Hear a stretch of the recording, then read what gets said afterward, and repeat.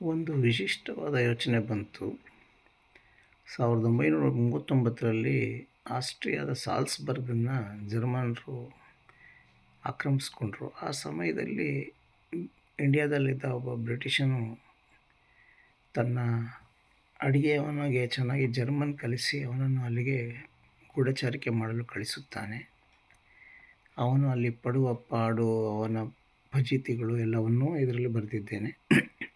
ಅನೇಕ ಚಾರಿತ್ರಿಕ ಘಟನೆಗಳನ್ನು ಇದಕ್ಕೆ ಸರಿಯಾಗಿ ಅದನ್ನು ಸೇರಿಸಿಕೊಂಡಿದ್ದೇನೆ.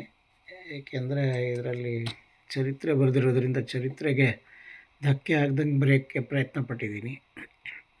ಈ ಪುಸ್ತಕ ಬರೆದಾಗ ನನಗೆ ಭಾಳ ಖುಷಿಯಾಗಿದ್ದೇನೆಂದರೆ ಸಾಕಷ್ಟು ರಿಸರ್ಚ್ ಮಾಡಬೇಕಾಯಿತು.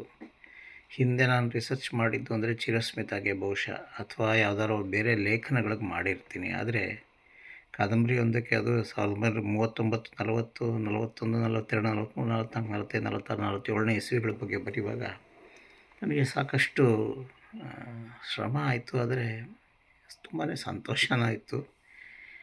ಇದನ್ನು ಬರೆಯುವಾಗಲೇ ನಾನು ಇನ್ನೂ ಒಂದು 6 ಕಾದಂಬರಿಗಳನ್ನ ಜೊತೆಗೆ ಪ್ಲ್ಯಾನ್ ಮಾಡಿದೆ.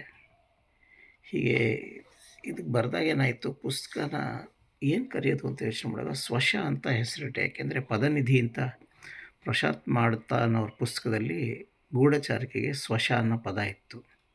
ಅದನ್ನು ಉಪಯೋಗಿಸದೆ ಸಂತೋಷ್ ಸಸಿಹಿತ್ಲು ಒಂದು ಸುಂದರವಾದ ಮುಖಪುಟ ಮಾಡಿದರು. ಇದನ್ನು ನವೀನ್ ಪುರುಷೋತ್ತಮ್ ಅವರು ಅವರ ಚಿನ್ಮಯ ಪ್ರಕಟಿಸಿದ್ರು. ಆಮೇಲೆ ಒಂದು ವಿಶೇಷ ಆಯಿತು. ಏನಂದರೆ, ಇಬ್ಬರು ಸಂಸ್ಕೃತ ತಿಳಿದವರು ಸ್ವಶ ಅಂದ್ರೇನು ಅಂದರು. ನಾನಂದೆ ಗೂಢಚಾರಿಕೆ ಅಂದರೆ ಸ್ವಶ ಅಲ್ಲ, ಅದು ಸ್ಪಶ ಇರಬೇಕು. ಸಂಸ್ಕೃತದಲ್ಲಿ ಸ್ಪಶ ಅಂದರೆ ಗೂಢಚಾರಿಕೆ ಅಂತೆ. ನನಗೆ ಹೇಗೆ ಗೊತ್ತಾಗಬೇಕು? ನಂಗೆ ಸಂಸ್ಕೃತ ಬರೋದಿಲ್ಲ. ಹಾಗಾಗಿ ಇದು ಒಂಥರ ವಿಶೇಷವಾದ ಪದ ಆಗೋಯಿತು.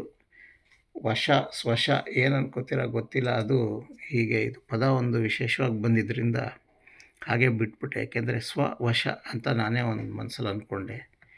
ಹೇಗೆ ಗೊತ್ತಾಗಬೇಕು ನನಗೆ? ಅವರು ಪ್ರಿಂಟಿಂಗ್ ಮಿಸ್ಟೇಕ್ ಇರ್ಬೋದು ಅಂತಾರೆ. ಅಷ್ಟಪ್ಪ ಪುಸ್ತಕ ಅವ್ರು ಪ್ರೂಫ್ ನೋಡಿರೋದಿಲ್ವಾ? ಒಟ್ಟಿನಲ್ಲಿ ನನ್ನ ಪುಸ್ತಕಕ್ಕೆ ಒಂದು ವಿಶೇಷವಾದ ಹೆಸರು ಸಿಕ್ತು, ಸ್ವಶ. ನಮಸ್ಕಾರ.